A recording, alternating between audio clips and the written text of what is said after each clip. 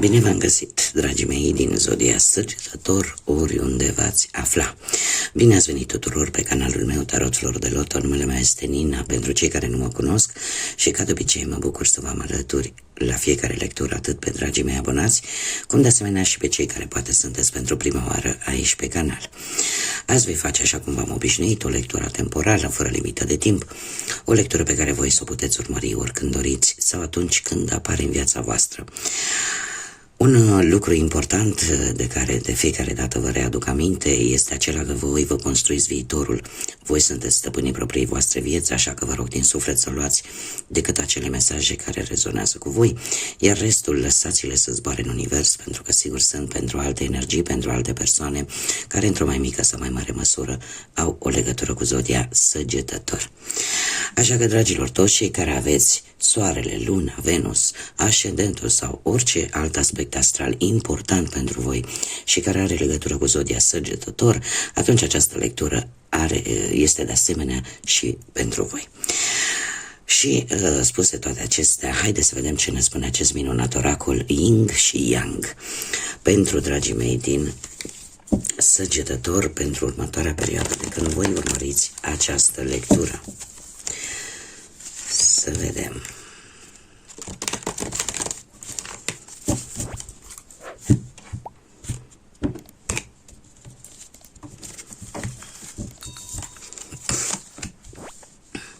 Dragilor, tocmai ce ați traversat o perioadă destul de karmică, da, tocmai ce ați traversat o perioadă destul de karmică în care ați reușit într-un fel sau altul să vedeți anumite lucruri mult mai clar sau să faceți anumite alegeri cumva care erau necesare, care trebuiau făcute. Sunteți într-un moment în care vreți să faceți lucrurile fix așa cum sunt, să faceți lucrurile corect și în felul ăsta să vă regăsiți poate un anumit echilibru într-o anumită situație. De asemenea, avem o deschidere, o receptivitate în ceea ce privește lucruri noi care apar în viața voastră. Sunteți, poate, unii dintre voi aveți experiențe legate de generozitate, alții, poate chiar voi sunteți subiectul unor cadouri, ca să zic așa, poate din partea universului, poate din partea unor altor persoane. Cert este că în acest moment voi sunteți foarte receptivi la tot ceea ce vine către voi, ceea ce nu este un lucru bun și se pare că este rezultatul unor acțiuni karmice, unor acțiuni care v-au făcut să aveți această deschidere, care v-au făcut să aveți acest echilibru de care probabil că mulți dintre voi aveați nevoie, indiferent de ce aspect al vieții vorbim, fie el profesional, material sau sentimental. Următoarea perioadă vine cu o distanțare, poate să fie emoțională sau poate să fie chiar o distanțare fizică de o anumită relație, de o anumită situație, sau poate pur și simplu v-ați dat seama că anumite lucruri, anumite persoane, anumite energii, anumite situații au ajuns la sfârșitul său firesc, natural, și atunci voi luați distanță față de poate de ceea ce nu v-a folosit sau prin această deschidere v-ați dat seama că nu vă folosesc respectivele situații, respectivele energii în viața voastră și atunci apare ca să zic așa, o distanțare, poate emoțională. De ce? Pentru că v-ați dat seama că poate anumite persoane nu merită sentimentele voastre, emoțiile voastre, sau poate v-ați dat seama că trebuie să vă distanțați din punct de vedere fizic de anumite probleme, de anumite energii. Dar veți lua distanță. Haideți să vedem ce ne spune și acest minunat tarot pastoral pe care eu l-am ales pentru voi astăzi în acest set de lecturi și să vedem ce ne spune despre dragii mei din Săgetător în următoarea perioadă. Sunteți destul de încă mai trebuie să vă deschideți, din câte văd, un pic blocați, aș spune. Haideți să vedem ce le spune și tarotul despre dragii mei din Săgetător. Situația actuală, dragilor, pentru unii dintre voi este una destul de promițătoare, din câte văd. Avem parte de noi începuturi, avem parte începuturi atât din punct de vedere poate profesional, cât și din punct de vedere mai ales sentimental pentru unii dintre voi. Asul de cupe este cartea care vine cu un mesaj pozitiv, în special pe partea asta a dragostei, a sentimentelor, dar de asemenea și pe partea profesională. Poate că unii dintre voi sunteți în faza în care vin noi șanse de a avansa, sau poate un nou job a apărut la orizont. Dacă vorbim de bănuți, sunteți în faza în care e posibil să fi găsit din întâmplare ori să fi rezolvat o anumită problemă materială, ori pur și simplu să fi găsit niște bănuți într-un mod total neașteptat, poate niște bănuți uitați pe undeva. Apare, ca să zic așa, un mic noroc. Dacă vorbim de viața sentimentală, pentru cei care sunteți într-o relație, se pare că au loc îmbunătățiri în ceea ce privește relația. De ce? Pentru că sunt niște sentimente care se reînnoiesc, da? Care renasc. Cei care sunteți singurei, se pare că voi chiar sunteți la începutul unei noi relații, destul de intense, aș zice, în care sunt, cum să spun, poate cu persoane noi și simțiți așa o conexiune destul de profundă cu cineva nou care, dacă n-a apărut, curând va apărea în viața voastră. Acum, ce nu prea este în favoarea voastră, avem un 8 de bâte. Dragilor, să zicem un pic, sau poate așa percepeți voi că ar fi un pic în defavoarea voastră, este faptul că există o anumită teamă. Există o anumită teamă, poate perfect justificată pentru unii dintre voi, în care efectiv te trezești pe un drum care este liber, unde nu te poate opri nimeni, unde poți comunica liber. Există o comunicare poate destul de agitată, aș spune, cu cineva la distanță, sau poate ce nu prea este în favoarea voastră posibil, o călătorie cu avionul. Asta ce poate implica? Nu știu, poate implica întârzieri. Dacă vorbim de această călătorie, da? Întârzieri sau ceva complicații, poate pe la aeroport, poate cu vreun bilet, asta ar fi una. Dacă vorbim de, sau poate o vacanță pe care tu vrei să ți-o faci și ceva apare și cumva iese un pic în defavoarea voastră. Dacă vorbeam poate de o anumită negociere, să nu vă iasă chiar așa cum v-ați fi dorit voi, sau o anumită mutare, da? Sau anumite răspunsuri care într-adevăr vin foarte rapid, dar cumva se pare că nu vor fi chiar așa în favoarea voastră. Dacă vorbim, nu știu, ar putea fi în defavoarea voastră, mai ales pe partea materială, dacă faceți cheltuieli pe lucruri care nu sunt atât de importante. Atunci lucrurile se pot schimba. De ce? Pentru că situația materială posibil să fie în creștere, dar dacă voi cheltuiți pe lucruri care nu au importanță și care chiar nu merită banii respectivi în mod deosebit sau care nu e ceva urgent, e posibil lucrul ăsta să joace un pic în defavoarea voastră. Dacă vorbim, nu știu, de partea sentimentală, cumva, dacă unii dintre voi aveți ceva de rezolvat în ceea ce privește relația voastră, depinde și numai de voi și de cum veți acționa voi. Dacă voi, de exemplu, spuneți, dom'le, vreau să mai aștept și nu vă puneți în mișcare, atunci lucrul ăsta îmi cer scuze, atunci lucrul ăsta poate juca un pic în defavoarea voastră, da? Deci, cumva așa, per general, această carte este o carte a acțiunii, a rapidității și în mare parte, indiferent de ce aspect al vieții vorbim, trebuie cumva să acționați. Trebuie să acționați și să nu stați să așteptați. Așa cum am vorbit, nu știu, poate de acea călătorie cu avionul sau de acea vacanță. Nu stați, nu dați că e un lucru sigur și cam atât. Încercați să obțineți informații, încercați să acționați cât mai rapid ca să nu aveți surprize negative mai târziu. Ce este, paradoxal, ce este în favoarea voastră în următoarea perioadă? Avem luna. Nu știu dacă Zodia Pești vă spune ceva, dar luna îmi spune că vei putea să treci peste o anumită teamă, peste o anumită nesiguranță. Și tocmai, și aici este în favoarea voastră și au o legătură între ele aceste două cărți.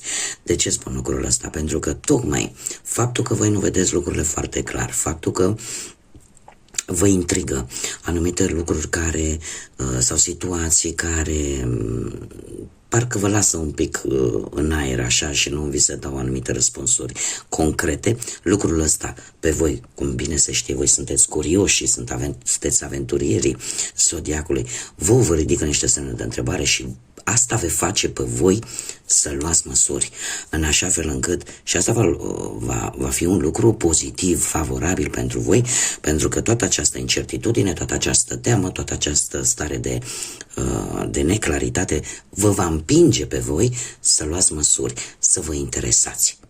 Și în felul ăsta să transformați lucrurile posibil negative în ceva favorabil pentru voi. Tocmai aceste lucruri.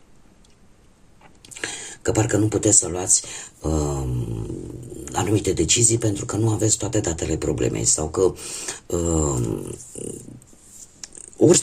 în orice domeniu al vieții, faptul că nu știi un lucru exact cum stai cu el, te va împinge să devii curios, te va împinge să obții informații. Ce puteți voi controla în această perioadă? Păi, se vede clar ce puteți controla cu acest 9 de monede. Puteți controla, în primul și în primul rând, echilibrul vostru, atât în interior cât și în exterior. De ce? Pentru că voi veți fi foarte siguri pe voi și veți avea o reușită, în special pe partea materială. Puteți rezolva multe probleme, puteți rezolva, poate din punct de vedere profesional, obținerea unei pensii sau o avansare sau brusc, tocmai pentru că ai stat și te-ai interesat, apare un job și jobul ăsta e o oportunitate foarte bună pe care tu o poți controla de a crește și de a avansa. De asemenea, cum am mai spus, poți avea o reușită la nivel financiar care să te ajute să avansezi din punctul ăsta de vedere al banilor. Dacă vorbim de viața sentimentală, există, de asemenea, implică o călătorie,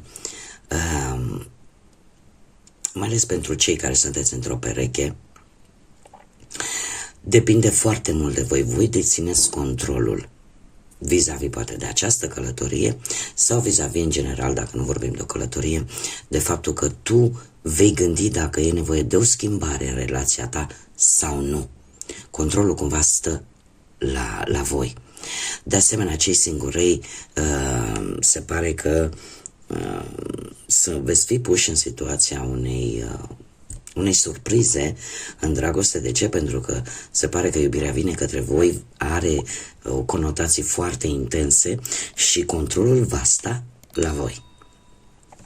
Ce nu puteți voi controla, dragilor, în următoarea perioadă cu acest 6 de spade, nu puteți controla faptul că va trebui să lăsați ceva în urmă, indiferent cum. 6 de spade ne vorbește de o tranziție care nu este deloc ușoară pentru unii dintre voi, o tranziție destul de dură, dar vei vrea, nu vei vrea, va trebui să lași în urmă ceva. De ce? Pentru că apare această deschidere pe care am văzut-o încă de la începutul lecturii, apare această schimbare care vine în viața voastră și care cere timp, cere acomodare, dar în același timp cere și rațiune, cere logică, da? Eu aș spune că unii dintre voi e posibil ceea ce nu ține chiar de voi, dar nu puteți voi controla, că e posibil să apară o călătorie, poate chiar pe o apă sau lângă o apă, relaționată chiar cu munca sau cu dragostea sau pur și simplu cu schimbarea de locuință. Unii dintre voi veți avea o anumită tristețe de separare de ceva, de această lăsare în urmă, dar este ceva, cum să spun eu, necesar. peste care, într-adevăr, nu va trebui să treceți, indiferent cum va trebui să treceți. De asemenea, dacă vorbim de muncă, cum am mai spus, posibil să apară o călătorie, da? O călătorie în care un job rămâne în urmă pentru a te îndrepta către un alt job. E posibil ca unii dintre voi, nu toată lumea, desigur, respectivul job să aibă legătură poate cu apa sau cu transportul, nu e obligatoriu, dar pentru unii dintre voi. Acum, dacă vorbim de bănuți, ce nu puteți voi controla, faptul că dacă, de exemplu, voi ați luptat pentru o anumită situație legată de bani, e posibil să apară șansa de a și reuși să rezolvi respectiva situație. Dacă nu, voi veți fi dispuși să încercați în alt loc. Acum, situațiile financiare știți cum sunt, că pot fi o multitudine de situații, ceva legat de bani. Dacă vorbim de viața sentimentală, cum am mai spus, cei care sunteți într-o relație, e posibil să aveți parte de o călătorie pe care poate nu o planificați neapărat, dar această călătorie va fi tocmai pentru a reînvia relația. Pentru că mulți dintre voi e posibil să aveți o dragoste la distanță și să vreți să renunțați la vechile obiceiuri, la vechile tipare pe care le-ați folosit până acum în relația voastră pentru a schimba, pentru a veni cu ceva nou. E ca și cum ai zice, vreau să ies din zona mea de confort, vreau să fac lucrurile de data aceasta diferit față de cum le-am făcut până acum. Dacă vorbim de cei singuri, se pare că ce nu puteți voi controla, faptul că e posibil să găsiți iubirea în alte locuri sau cu alte metode pe care nici voi la care nici voi nu v-ați fi gândit. Da, cumva ceva vă va forța să ieșiți din rutină, da, din zona voastră de confort.